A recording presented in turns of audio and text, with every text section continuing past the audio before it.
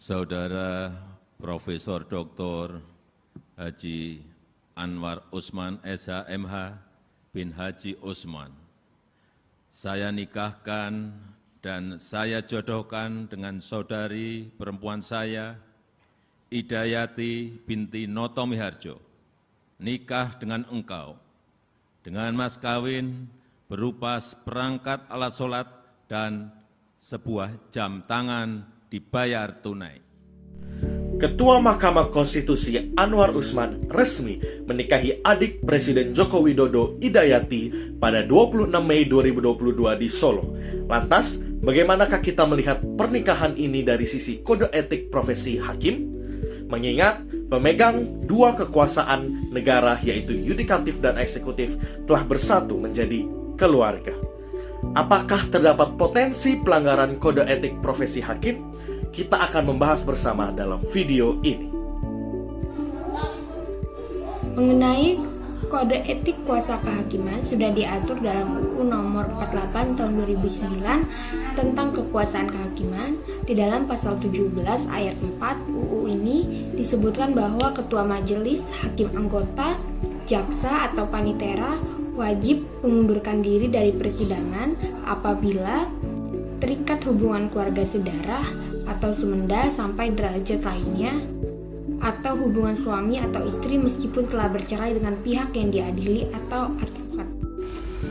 Yang ketiga adalah Mahkamah Konstitusi juga telah membuat peraturan Mahkamah Konstitusi nomor 09/PMK/2009 yang mana tentang pemberlakuan deklarasi kode etik dan perilaku hakim konstitusi, yang mana salah satu di antaranya adalah terkait tentang independensi dari hakim konstitusi, yaitu harus menjalankan fungsi yudisialnya secara independen atas dasar penilaian terhadap fakta-fakta serta menolak pengaruh dari luar berupa bujukan, iming-iming, tekanan, ancaman, atau campur tangan dari pihak yang tidak bertanggung jawab, baik langsung maupun tidak langsung, dari siapapun atau dengan alasan apapun, sesuai dengan penguasaannya yang seksama atas hukum. Prinsip ketidakberpihakan yang mana hakim konstitusi harus berusaha untuk meminimalisasi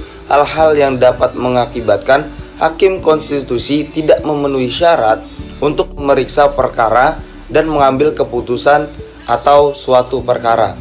Dengan demikian, independensi dari hakim konstitusi benar-benar harus diimplementasikan berdasarkan Peraturan MK nomor 9 tahun 2009. Ketentuan-ketentuan tersebut berkaitan erat dengan prinsip check and balance antara MK dan pemerintah.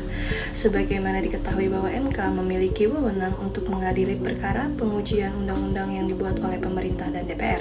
Terlepas dari periode kepimpinan siapa undang-undang disahkan, fakta dan praktik persidangan menunjukkan bahwa Presiden melalui kementerian atau lembaga mempunyai kepentingan untuk mempertahankan undang-undang agar tidak dibatalkan. Pernikahan yang terjadi antara Ketua MK Anwar Usman dan Idayati, adik kandung Presiden Joko Widodo, telahlah menimbulkan sebuah hubungan semenda kesamping satu derajat antara Presiden Joko Widodo dengan Ketua MK Anwar Usman.